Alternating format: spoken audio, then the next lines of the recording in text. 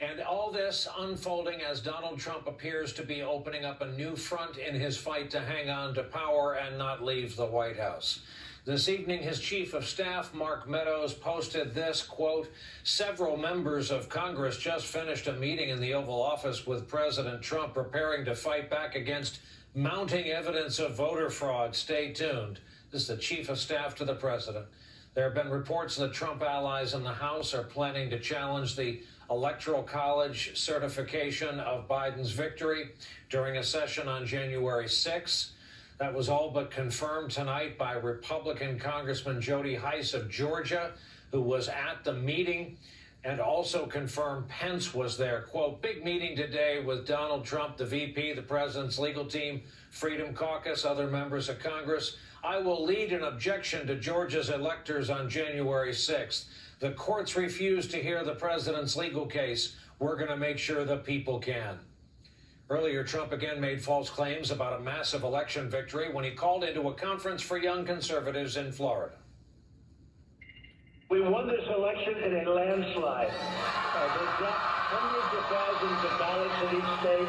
It's all documented. The problem is we need a party that's going to fight, and we have some great congressmen and women that are doing it, and we have some great fighters, but we won this in a landslide. They know it, and we need backing from, like, the Justice Department, and other people have to finally step up. Tonight, the Washington Post reports, quote, "President Trump has turned to a ragtag group of conspiracy theorists, media-hungry lawyers, and other political misfits in a desperate attempt to hold on to power after his election loss." Members of the group assembled in the Oval Office on Friday for a marathon meeting that lasted for more than 4 hours and included discussion of tactics ranging from imposing martial law in swing states to seizing voting machines through executive fiat. The meeting exploded into shouting matches, and outside advisors and White House aides clashed over the lack of a cohesive strategy and disagreed about the constitutionality of some of the proposed solutions. And there's this not to be outdone from the New York Times. The White House counsel, Pat Cipollone, and the White House chief of staff, Mark Meadows, repeatedly and aggressively pushed back on the ideas being proposed. Mr. Cipollone told Mr. Trump there was no constitutional authority for what was being discussed. One of the lawyers at that Friday meeting in the Oval was Sidney Powell, the full-on conspiracy theorist who has promoted the false claim that Venezuelan communists somehow programmed U.S. voting machines to flip votes for Biden. The Times also reports Trump entertained the idea of naming her as special counsel to investigate election fraud.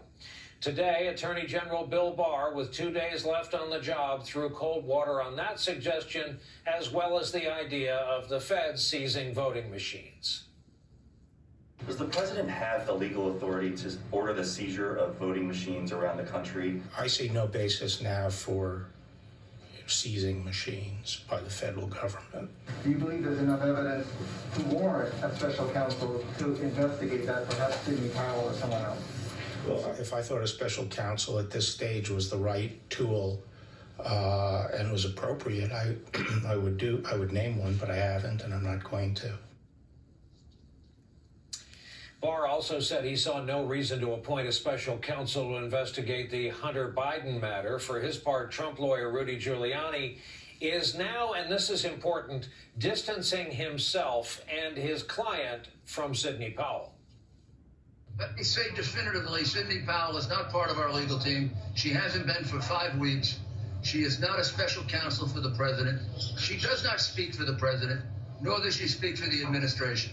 She speaks for herself. Rudy Giuliani reached in a dark room today by Newsmax. Giuliani may soon be facing a ramped-up federal investigation. NBC News reporting prosecutors in Southern District of New York have spoken to the Justice Department about making a legal request for Giuliani's emails. It's been reported the feds were reviewing Giuliani's bank records as part of an investigation into his dealings in Ukraine. Also tonight, a late-breaking report from the New York Times. Suspected Russian hackers who penetrated the United States government agencies broke into the email system used by the Treasury Department's most senior leaders. Earlier today, Attorney General Barr contradicted Trump and made it clear he believes the Russians were behind this attack. From the information I have, I agree with Secretary Pompeo's assessment. It certainly appears to be the Russians, but I'm not going to discuss it beyond that. With that, let's bring in our lead